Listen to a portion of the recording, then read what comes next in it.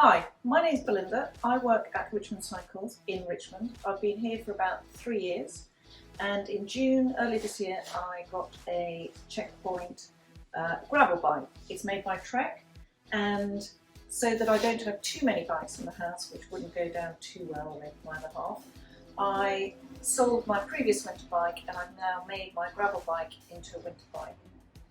The great thing about having a winter bike is that my super carbon bike, I can put that away for the summer and use a more comfortable winter bike and set it up so that I don't get wet and the weather doesn't affect me as much as it would on my super summer bike. I ride all year round, and that includes in pretty awful weather. The main thing that we have to take account of in England really is the rain, and I'm sure as a lot of you have ridden in rain you'll appreciate how miserable that can be. However, there are some things that you can do to your bike that will make it seem a better ride or be a better ride, and so I'm going to run through some of the things that you can do.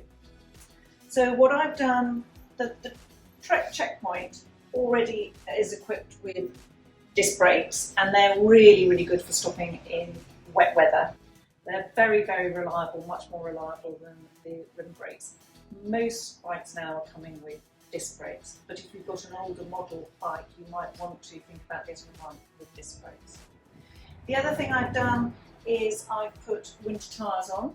So these are narrower than my gravel tyres but wider than some normal road tyres, and these are a size 30mm across, so this gives a very comfortable ride, particularly if you're riding through, say, the Surrey Hills when there's a lot of gravel on the road or leaves on the road and things like that, and of course the ubiquitous potholes, and they provide a very comfortable ride.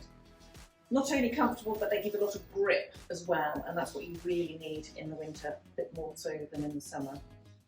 The other thing to think about, really important, particularly if you're riding with other people, is put some mudguards on.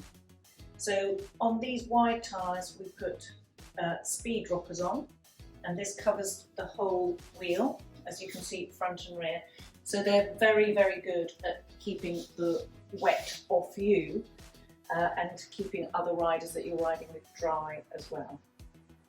These ones clip on, so it doesn't matter if you don't have fittings for your bike, they are very easy to fit on. The other thing that you should never really forget in winter, because the nights are drawing in, are lights.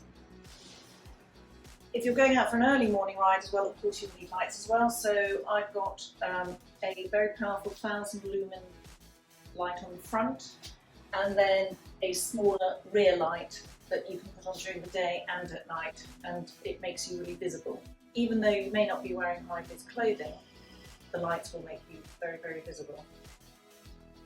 The other thing that's worth noting, that although we haven't got necessarily high temperatures in the winter, we still have to hydrate. So don't forget taking a drink out with you.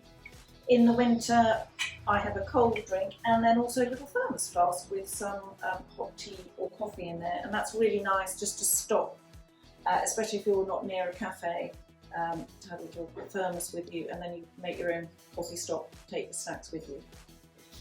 Not to forget is on this bike we've got 3 bottle cages, so I put my toolbox here and then carry a pump separately in my back pocket.